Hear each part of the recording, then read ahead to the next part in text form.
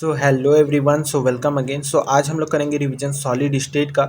ये वाला जो चैप्टर का रिवीजन मैं अपने ही नोट्स से कराने वाला हूँ, क्योंकि इसका जो नोट्स बनाया था वो थोड़ा सा हो गया ख़राब, क्योंकि वीडियो रिकॉर्ड करने के बाद वो डिलीट हो गया था, किसी वजह से अच्छा नहीं हुआ। तो वापस से मैं लिखने की बजाय अपने नोट्स से ही पढ़ाने वाला हूँ। सो थोड़ा सा एडजस्टमेंट आपको करना पड़ेगा, बाकी समझ में आपको पूरा आएगा, इसका गारंटी दे रहा हूँ मैं, ठीक। तो सॉलिड क्या होता है, दो प्रकार के हो सकते हैं, या तो क्रिस्टलाइन होंगे या तो फिर एमॉर्फस होंगे। अब क्रिस्टलाइन सॉलिड्स के प्रॉपर्टीज और एमॉर्फस सॉलिड के प्रॉपर्टीज को हम लोग जल्दी जल्दी देखेंगे, रिवीजन करेंगे, रिवीजन कर रहे हैं तो थोड़ा सा हम लोग फास्ट चलेंगे, ठीक है। एनाइसोट्रोपिक नेचर का होता है, इट मीन्स हम लोग मेन इंपॉर्टेंट बात कर रहे हैं, ठीक है ना। मैं बेसिकली इसमें क्या है, नोट्स में जो जो इंपॉर्टेंट बातें हैं वो मैं निकाल रहा हूँ। जैसे क्रिस्टलाइन सॉलिड का हमको पता है long range order of arrangement होता है कॉन्स्टिट्यूएंट पार्टिकल का, जबकि एमॉर्फस में क्या होता है, short range order of arrangement होता है। क्रिस्टलाइन में क्या होता है, शार्प मेल्टिंग पॉइंट होता है, इसमें क्या होता है, शार्प मेल्टिंग पॉइंट नहीं होता है। क्रिस्टलाइन सॉलिड की बात करें तो वो एनाइसोट्रोपिक नेचर में होता है, मतलब कि वो क्या करता है, डिफरेंट प्रॉपर्टीज शो करता है फिजिकल प्रॉपर्टीज का, जब उनको अलग अलग डायरेक्शन में मेजर किया जाता है। जबकि एमॉर्फस सॉलिड आइसोट्रोपिक नेचर का होता है, जब उसमें फिजिकल प्रॉपर्टी को अलग अलग डायरेक्शन में मेजर करता है तो सेम वैल्यू देता है। क्रिस्टलाइन सॉलिड की बात करें तो उनको ट्रू सॉलिड बोलते हैं, जो कोई भी टेंडेंसी नहीं शो करता फ्लो के लिए, जैसे सिलिकॉन कार्बाइड, ग्रेफाइट और मेटल, ठीक है। जबकि स्यूडो सॉलिड की बात करें उनको मतलब कि एमॉर्फस सॉलिड को स्यूडो सॉलिड या फिर सुपर कोल्ड लिक्विड भी बोलते हैं, जैसे एग्जांपल के तौर पर क्वार्ट्ज, ग्लास और SiO2, ठीक है ना। क्रिस्टलाइन की बात करें सिलिकॉन कार्बाइड और ग्रेफाइट और मेटल, ठीक है, ये क्रिस्टलाइन की एग्जांपल। आगे बात करें यूनिट सेल की, तो smallest portion of a crystal that when arranged in the 3D structure it forms the crystal lattice, ठीक है। तो क्रिस्टल लैटिस क्या होता है, सॉरी यूनिट सेल क्या होता है, स्मॉलेस्ट पोर्शन होता है क्रिस्टल का, जो हम लोग 3D में अरेंज करते हैं तो वो हम लोग को पूरा क्रिस्टल मिल जाता है, ठीक है ना। मतलब जैसे हमारा एक घर होता है, तो घर में क्या होता है, बहुत सारी ईंट से मिल करके बना होता है। सिमिलरली जो क्रिस्टल होता है, क्रिस्टल लैटिस होता है, वो यूनिट सेल से मिल करके बना होता है, ये कहना चाह रहे हैं। जैसे यहाँ पर एक टिपिकल एग्जांपल लिया हूँ यूनिट सेल का, तो यूनिट सेल में क्या होता है, कुछ इस प्रकार से अगर लेंगे तो यहाँ पर क्या हो जाएगा, 3 एक्सिस में होगा, 3D में हम लोग इमेजिन करेंगे यूनिट सेल को। तो 3 इंटरफेसियल एंगल होगा, अल्फा, बीटा, गामा, और 3 एक्सियल लेंथ हो गए ABC। ये हो गया ए के अपोजिट में होगा अल्फा, बी के अपोजिट में होगा क्या, बीटा, और सी के अपोजिट में क्या हो जाएगा, गामा, ठीक है। अब बात करते हैं यूनिट सेल की। तो यूनिट सेल क्या होता है, बेसिकली हम लोग 5 प्रकार के पढ़ते हैं। हेक्सागोनल क्यूबिक सेल भी होता है, तो सॉरी हेक्सागोनल यूनिट सेल भी होता है, तो उस वो भी हम लोग कवर करेंगे, लेकिन अभी बेसिकली 4 प्रकार के होंगे। सिंपल क्यूबिक यूनिट सेल, या फिर जिसको प्रिमिटिव यूनिट सेल बोलते हैं। दूसरा बॉडी सेंटर्ड यूनिट सेल। तीसरा हो जाएगा face centred cubic unit cell, और थर्ड हो जाएगा end centred cubic unit cell, ठीक है। अब जैसे हम लोग सीधा क्या करेंगे, डायग्राम के थ्रू समझेंगे। जैसे यहाँ पर एक और होता है हमारा हेक्सागोनल क्यूबिक पैकिंग में जो हमारा होता है वो होता है हेक्सागोनल यूनिट सेल, ठीक है ना। हेक्सागोनल यूनिट सेल में क्या होता है, बेसिकली जो हमारा क्या होता है, ये बेसिकली हम लोग को देखने को मिलता है हम लोग का ग्रेफाइट के स्ट्रक्चर में। ग्रेफाइट के स्ट्रक्चर में क्या होता है, हेक्सागोनल यूनिट सेल होते हैं। उसमें क्या हो जाएंगे कि हमारा क्या हो जाएगा, हमारा 3 लेयर होंगे, यहाँ पर ए है लेयर है, यहाँ पर बी लेयर है, और यहाँ पर सी लेयर, सॉरी फिर से ए लेयर है। तो ए लेयर में होता है 6 एटम, फिर इधर बीच में 3 एटम, फिर इधर 6 एटम। क्या होते हैं, कॉर्नर्स में है। ये एक एटम इसके फेस सेंटर पे है, जो आधा ऊपर आधा नीचे है, और ये तीनों एटम पूरा का पूरा इस सेल के अंदर होते हैं, ठीक है ना। तो ये होता है बेसिकली। अब आगे बात करते हैं इन सभी के बारे में, थोड़ा इंपॉर्टेंट बातें आप लोग को पूरा नोट डाउन करके चलना है, ठीक है, बहुत इंपॉर्टेंट है। कि सिंपल क्यूबिक यूनिट सेल में जो सिंपल क्यूबिक यूनिट सेल में जो जितने भी कॉन्स्टिट्यूएंट एटम्स हैं वो सिर्फ और सिर्फ किस में होते हैं, कॉर्नर्स में होते हैं। ये होता है सिंपल क्यूबिक यूनिट सेल, इनको सिंपल क्यूबिक यूनिट सेल बोलेंगे। इसका जो रैंक होता है वो होता है रैंक होता है 1। इसका मतलब क्या है कि हमारे पास जो कॉन्स्टिट्यूएंट पार्टिकल्स हैं वो क्या है, सिर्फ सिर्फ कॉर्नर में प्रेजेंट है, और कॉर्नर कितने हैं, 8। तो 8 कॉर्नर्स होते हैं, और हर कॉर्नर एटम का सिर्फ 1/8 पार्ट ही इस यूनिट सेल के अंदर आता है, बाकी जो है यूनिट सेल के बाहर रहता है। इसीलिए 1/8 कॉन्ट्रीब्यूशन करके 8 से मल्टीप्लाई करते हैं तो 1 आता है, ठीक है। इसका जो पैकिंग फ्रैक्शन निकालते हैं तो वो 0.54 आता है, और पैकिंग एफिशिएंसी 54% आता है। पैकिंग एफिशिएंसी मतलब कि इस पूरे क्यूब की कितने पोर्शन में इसका जो हमारा एटम का वॉल्यूम है वो ऑक्यूपाई करता है, उसको हम लोग बोलते हैं packing fraction. Packing fraction is the ratio of the volume occupied by the atoms divide by the total volume of a cube, ठीक है। और उसी को 100 से मल्टीप्लाई करके पैकिंग एफिशिएंसी निकाल देते हैं, ठीक है। तो ये होता है बेसिकली। आगे बात करेंगे जो इसका जो रिलेशन होता है between the radius and edge length, तो r is equal to A/2 होता है, ठीक है ना। इसका जो ये है हमारा एज लेंथ ए, और इसका जो रेडियस होगा वो हो जाएगा A/2, ठीक है। आगे बात करते हैं बीसीसी के बारे में। So BCC body centred cubic unit cell. So यहाँ पर जो बीसीसी है वो है हमारा z is equal to 8th into 1/8 plus 1 into 1। इसका मतलब क्या है कि बेसिकली यहाँ पर जो रैंक है वो निकल के आता है 2। दैट मीन्स 8 कॉर्नर एटम्स है और हर कॉर्नर का 1/8 कॉन्ट्रीब्यूशन है और एक बॉडी सेंटर में तो वो पूरा कॉन्ट्रीब्यूशन करेगा। तो 8 into 1/8 1 plus 1 into 1 that is plus 1 that is what 2। ठीक है, तो ये है। यहाँ पर रेडियस की बात करें सो बीसीसी के लिए आ जाता है हमारा √3/4a, packing fraction 68%, sorry packing efficiency 68%, packing fraction 0.68%। ठीक है, और कोऑर्डिनेशन नंबर होता है 8। अगर कहीं पर पैकिंग फ्रैक्शन π√3/8 दिया हो बीसीसी के लिए तो ये भी सही है। सिंपल क्यूबिक यूनिट से लिए π/6 दिया तो वो भी सही है। ठीक है ना, वो कैलकुलेट करोगे तो इतना ही आएगा। ठीक है, 0.52 उसके लिए और 0.68 इसके लिए, याद रखना इसको। एफसीसी की बात करें तो सभी कॉर्नर्स पे एक एक एटम्स होंगे और सभी के फेस सेंटर पर भी एक एक एटम प्रेजेंट होंगे। ठीक है, इसमें जो कंट्रीब्यूशन होता है वो 8 कॉर्नर एटम का 8 इंटू 1/8 प्लस जितने भी फेस सेंटर है, कितने फेस सेंटर है, 6 फेस सेंटर है ना, 1 2 3 4 5 6, तो 6 इंटू हर का फेस सेंटर का आधा हिस्सा क्यूब के अंदर है तो हाफ हो जाएगा। सो ये हो जाएगा 1 + 3 दैट इज 4। इसका हो जाएगा रैंक, मतलब कि टोटल इसमें क्या होगा इफेक्टिव जो हमारा एटम्स है इनसाइड द यूनिट सेल वो कितने होंगे, 4 होंगे। ठीक है, आगे बात करेंगे हमारा, आगे हम बात करेंगे इसका पैकिंग फ्रैक्शन की तो हो जाएगा 0.74 और पैकिंग एफिशिएंसी की बात करें तो हो जाएगा 74%। ठीक है, आगे बात करते हैं तो इसमें थोड़ा सा इंपॉर्टेंट चीज़ आप लोग को ध्यान में देके चलना है कि एफसीसी स्ट्रक्चर में क्या होता है, 2 कॉर्नर एटम जो है आपस में टच नहीं करते एक दूसरे को, जबकि ईच फेस एटम जो है टच करते हैं अपने 2 कॉर्नर एटम्स को। एक्चुअल में ये बोलना चाह रहा है कि ये एटम और ये एटम डायरेक्ट इन टच में नहीं होते एक दूसरे के, इनके बीच में क्या होता है, लेकिन ये जो फेस एटम है ये इन दोनों के टच में होगा, ये कहना चाह रहा है। एचसीपी की बात करें तो एचसीपी में क्या होता है, आगे मैं बता दिया हूँ कि इसका जो स्ट्रक्चर क्या होता है। बाकी एफिशिएंसी इसका जो रैंक होता है वो जेड, वो 6 निकल के आता है। ऊपर के 6 होते हैं, नीचे के 6 होते हैं, तो टोटल 12, उनका कॉन्ट्रीब्यूशन 1/6 होता है। प्लस 3 जो है ये वाले ये अंदर में होते हैं तो 3 प्लस ऊपर के जो फेस है ऊपर और नीचे में जो फेस है वो उनका हाफ ऑफ कॉन्ट्रीब्यूशन होता है, 2 + 3 + 1 दैट इज 6 आएगा इसका आंसर। Packing efficiency 74%। ठीक है, लेयर होता है ए बी टाइप, तो ये होता है अरेंजमेंट।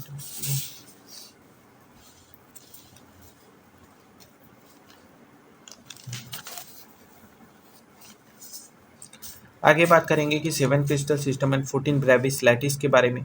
सो 7 क्रिस्टल सिस्टम होते हैं और 14 ब्रेविस लैटिस होते हैं, तो मेन इंपॉर्टेंट बात तो यहाँ पर यही हो जाता है। ठीक है, अब इसको याद करने का जो तरीका है वो मैं बताता हूँ। वो हो जाएगा जैसे इसको याद तो करना पड़ेगा, जैसे इसका मेरे को ट्रिक ये लगता है वो होता है CTOHRMT, ऐसे मैं याद किया हूँ CTOHRMT, अब ऐसे ही याद कर लो। Cubic, tetragonal, orthorhombic, hexagonal, rhombohedron, monoclinic, triclinic. ठीक, क्यूबिक क्या होता है, मोस्ट सिमेट्रिक होता है, ये याद रखना है। और मोनोक्लिनिक का थोड़ा सा इंपॉर्टेंट हो जाता है, कई बार एग्जाम में आया है, तो a is not equal to b not equal to c, alpha is equal to gamma is equal to 90, beta is not equal to 90। Triclinic most asymmetric होता है, a is equal to b, a is not equal to b not equal to c, वैसी alpha is not equal to beta, gamma is not equal to 90, ऐसा। Orthorhombic में maximum unit cell होते हैं जिसमें चारों simple cubic unit cell, body centre, face centre, end centre तीनों होते हैं। तो बेसिकली ये होता है मोस्ट सिमेट्रिकल, इसमें होता है maximum number of unit cell. ये होता है मोस्ट एसिमेट्रिकल, मोनोक्लिनिक का थोड़ा सा स्पेशल सा आता है, इसलिए इसको अलग से इंपॉर्टेंट करके रखना है आप लोग को।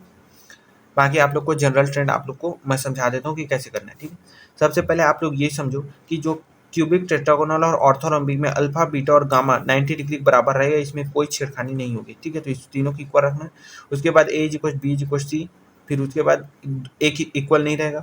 फिर ऑर्थोरम्बिक में तीनों एक दूसरे की इक्वल नहीं है। हेक्सागोनल में तो सिंपल से आप लोग समझ सकते हैं कि a is equal to b but not equal to c होगा, है ना। ये वाले स्ट्रक्चर से आप लोग समझ सकते हैं कि यहाँ पर ए इज इक्वल टू बी है लेकिन सी के इक्वल नहीं है, सी वाला क्या है, लंबा है, तो a is equal to b but not equal to c. और similarly alpha is equal beta is equal, sorry कहाँ गया, ये alpha is equal to beta is equal 90 degree है, जबकि गामा जो है 120 डिग्री है। ठीक है, इसका बात कर आगे बात करें हमारा triclinic, sorry trigonal, then tetrahedral void, then cubical void. ठीक है, तो ट्राइगोनल की बात करें तो कोऑर्डिनेशन नंबर 3 है, टेट्राहेड्रल वॉइड की बात करें तो कोऑर्डिनेशन नंबर 4 है, क्यूबिकल की बात करें तो कोऑर्डिनेशन नंबर 8 है। ठीक है। ट्राइगोनल वॉइड 3 एटम से मिलकर के बनता है। टेट्राहेड्रल वॉइड 4 एटम से मिलकर बनता है, 1 2 3 ऊपर में 1। क्यूबिकल जो है पीछे 4 सामने 4। अगर बात करें ऑक्टाहेड्रल की तो 4 एक ऊपर एक नीचे इस प्रकार से बन सकते हैं, या फिर 1 2 3 ऐसे, फिर 1 सॉरी फिर 1 2 3 ऐसे। मतलब ये क्या होता है, ऐसे ऐसे ऐसे रखो, फिर एक को ऐसे ऐसे ऐसे, इसको इस तरह के इसके ऊपर रख दो, तो आप लोग का बन जाएगा क्या, ऑक्टाहेड्रल वॉइड।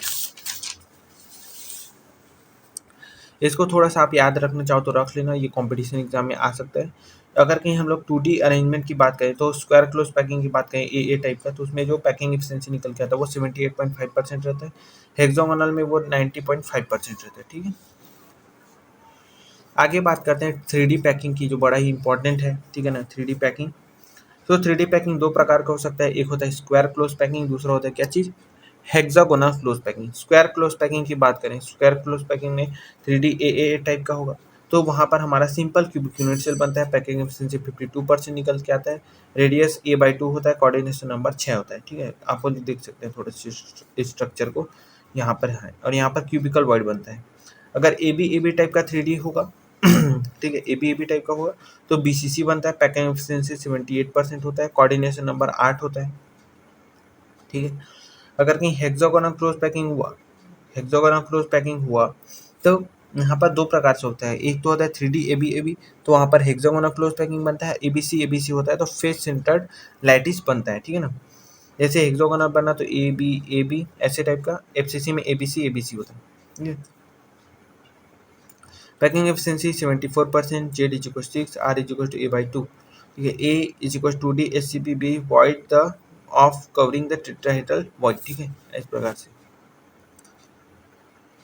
आगे बात करें तो void of A and B covering the octahedral void. इसमें क्या होता है, बेसिकली ये होता है, अब मैं लेयर्स के बारे में बताया कि जो लेयर ए होगा वो 2D SCP होगा, लेयर बी जो है वॉइड में रखा जाएगा, लेयर ए की जो टेट्राहेड्रल वॉइड रहेगा उसके ऊपर में कवर किया जाएगा, जबकि जो सी लेयर रहेगा वो जितना भी हमारा जो बचा रहेगा वाइड लेयर बी रखने के बाद, तो उसके ऊपर रखा जाएगा, जिसकी वजह से ऑक्टाहेड्रल वॉइड कवर होगा, मतलब ऑक्टाहेड्रल वॉइड बनेगा। ये ट्रिक आप लोग को याद रखना है कि अगर कहीं रैंक जेड है तो टेट्राहेड्रल वॉइड 2Z होगा, ऑक्टाहेड्रल वॉइड जेड होगा। फॉर एग्जांपल FCC की बात करें तो रैंक होता है 4, तो टेट्राहेड्रल वॉइड होंगे 8, और उनमें ऑक्टाहेड्रल वॉइड होंगे क्या, 4। ठीक है, आगे बात करते हैं वॉइड पोजीशन की। ठीक है, वॉइड पोजीशन की बात करें तो ऑक्टाहेड्रल वॉइड दो जगह होता है। ठीक है ना, दो होते हैं। FCC की बात कर रहे हैं हम लोग, तो एक होता है बॉडी सेंटर पर, दूसरा होता है क्या चीज, एट इच एज सेंटर। ठीक है, बॉडी सेंटर पर एक होंगे, इस एज सेंटर पर एक होंगे, मतलब कि हर एज सेंटर पर एक होंगे। तो बॉडी सेंटर पर एक होता है तो एक की 1 × 1 तो 1 at a distance of √3/2a from the corners. ठीक है ना, मैं पक्का बता दे रहा हूँ कि सॉलिड स्टेट ऐसे समझ नहीं आएगा, आप लोग को अच्छे से पढ़ के आना है, तब ये रिवीजन काम आएगा। ठीक है, आगे बात करेंगे एट एज सेंटर की, तो यहाँ पर 12 एज होते हैं, हर एज सेंटर पर एक ऑक्टाहेड्रल वॉइड है, और हर एज सेंटर पे कंट्रीब्यूशन 1/4 होगा, तो 12 × 1/4 दैट इज व्हाट 3, तो 3 + 1 दैट इज 4 ऑक्टाहेड्रल वॉइड निकल के आता है। टेट्राहेड्रल वॉइड वाला निकालना बड़ा ही आसान है, दो टेट्राहेड्रल वॉइड प्रेजेंट होते हैं हर एक बॉडी डायगोनल पे, तो यहाँ पर 4 बॉडी डायगोनल होता है, तो 8 हमारा टेट्राहेड्रल वॉइड बन जाएगा at a distance of √3/4a। ठीक है ना, डिस्टेंस हम लोग का √3/4a होगा। रेडियस रेशियो रूल बड़ा ही इंपॉर्टेंट है। ठीक है ना, रेडियस रेशियो रूल बड़ा ही इंपॉर्टेंट है, इसको थोड़े से ध्यान रखना है। मान लो रेडियस रेशियो रूल क्या बोलता है कि जो रेडियस ऑफ कैटायन अपॉन में रेडियस ऑफ एनायन है, उसका रेशियो जो है वो डिफाइन करता है हम लोग का। अगर मान लो रेडियस रेशियो हमारा आ गया 0.225 आ गया, ठीक है ना, 0.225 आ गया, तो वो क्या करेगा, टेट्राहेड्रल वॉइड बनाएगा। उनमें क्या हो जाएगा, उनके अरेंजमेंट में टेट्राहेड्रल वॉइड होगा, तो इसी को बोलते हैं radius of cation to radius anion is called the radius ratio rule, and this defines the type of void in the crystal. ठीक है, मान लो कि 0.155 से 0.225 के, मतलब कि 0.155 है और 0.225 से कम है, तो वहाँ पर जो वॉइड बनेगा वो ट्रायंगुलर वॉइड बनेगा, कोऑर्डिनेशन नंबर 3 होगा। लेकिन जैसे 0.225 होगा तो वो क्या करेगा, वॉइड जो है टेट्राहेड्रल बन जाएगा और कोऑर्डिनेशन नंबर 4 हो जाएगा। 0.414 से 0.732 तो ऑक्टाहेड्रल वॉइड बन जाएगा, कोऑर्डिनेशन नंबर 6 हो जाएगा। 0.732 से 1 गया तो क्यूबिकल वॉइड हो जाएगा, कोऑर्डिनेशन नंबर 4 हो जाएगा। ठीक है, आगे बात करेंगे तो रेडियस रेशियो जो डायरेक्टली प्रोपोर्शनल होता है कोऑर्डिनेशन नंबर की, वाइड साइज इंक्रीज करता है, ठीक है। सिमेट्री की बात करें तो सेंटर ऑफ सिमेट्री, अगर सेंटर ऑफ सिमेट्री मतलब कि एक सेंटर होता है, ठीक है। सेंटर ऑफ सिमेट्री ये बेसिकली आई थिंक एनसीईआरटी में नहीं दिया, लेकिन आप लोग को ये पूरा सा पक्का होना चाहिए। प्लेन ऑफ सिमेट्री दो प्रकार के होंगे, rectangular plane of symmetry, diagonal plane of symmetry. Rectangular plane of symmetry कुछ इस प्रकार से होंगे, ठीक है ना, जो क्या करेगा, एक प्लेन रहेगा जो अपोजिट फेस से पास करता है। तो हमको पता है 6 फेस है तो 3 रेक्टेंगुलर प्लेन ऑफ सिमेट्री होगा। Diagonal plane of symmetry diagonal pass करता है, तो हम लोग को पता है 6 डायगोनल होता है, तो 6 डायगोनल प्लेन ऑफ सिमेट्री हो जाएगा, ठीक है ना। एक्सिस ऑफ सिमेट्री की बात करें तो एक होता है C2 एक्सिस ऑफ सिमेट्री, जिसको हम लोग एज सेंटर एक्सिस बोलते हैं, जो एज सेंटर से पास करता है, जिसको हम लोग 180 डिग्री रोटेट करते हैं। तो हमारा क्रिस्टल का जो यूनिट है, यूनिट सेल है, वो सेम टू सेम रिपीट हो जाता है। अब हमको पता है कि हमारे पास 12 एज सेंटर है, तो 6 हमारा क्या बन जाएगा, 2 एज सेंटर से एक C2 एक्सिस ऑफ सिमेट्री बढ़ रहा है। C2 मतलब कि 180 डिग्री रोटेशन, है ना। 2 कैसे नहीं कर रहा है, 2 नहीं कर रहा है हमारा हमारा क्या बोल सकते हैं 360 डिवाइड बाई थीटा से, ठीक है ना, कि कितना डिग्री से हम लोग रोटेट करें। तो 180 से रोटेट करते हैं एस सेंटर से, तो क्रिस्टल रिपीट होता है। तो वहाँ पर वही है कि यहाँ पर 6 C2 एक्सिस ऑफ सिमेट्री होते हैं। सिमिलरली C3 की बात करेंगे तो इसको ट्रायड एक्सिस ऑफ सिमेट्री या फिर डायगोनल एक्सिस ऑफ सिमेट्री बोलते हैं, ठीक है ना। अब इसमें होता क्या है, बेसिकली हम लोग क्या करते हैं कि कोई भी डायगोनल से 120 डिग्री रोटेट करते हैं, तो हमारा जो क्रिस्टल है वो रिपीट होता है। हमको पता है कि हमारे पास 4 डायगोनल एक्सिस ऑफ 4 डायगोनल होता है, तो हमारे पास 4 डायगोनल एक्सिस ऑफ सिमेट्री हो गया, या फिर 4 C3 एक्सिस ऑफ सिमेट्री हो गया। C4 एक्सिस ऑफ सिमेट्री की बात करें, tetrad axis of symmetry, face centre axis of symmetry, तो इसमें बात करें तो यहाँ पर 4 फेस सेंटर है, ठीक है ना। तो ए है, क्यों, क्योंकि क्या होता है C4 मतलब कि क्या है 90 डिग्री, तो कोई भी दो फेस सेंटर एटम से एक एक्सिस पास करके 90 डिग्री रोटेट करेंगे तो हमारा क्रिस्टल रिपीट होना चाहिए, ठीक है। तो यहाँ पर क्या है 6 फेस सेंटर है, तो 3 C4 एक्सिस ऑफ सिमेट्री बनता है। टोटल सिमेट्री एलिमेंट्स की बात करें तो हमारे पास क्या है 23 सिमेट्री एलिमेंट्स है, जिसमें से एक सेंटर ऑफ सिमेट्री होता है, प्लेन ऑफ सिमेट्री 2 होता है, rectangular plane of symmetry and diagonal plane of symmetry.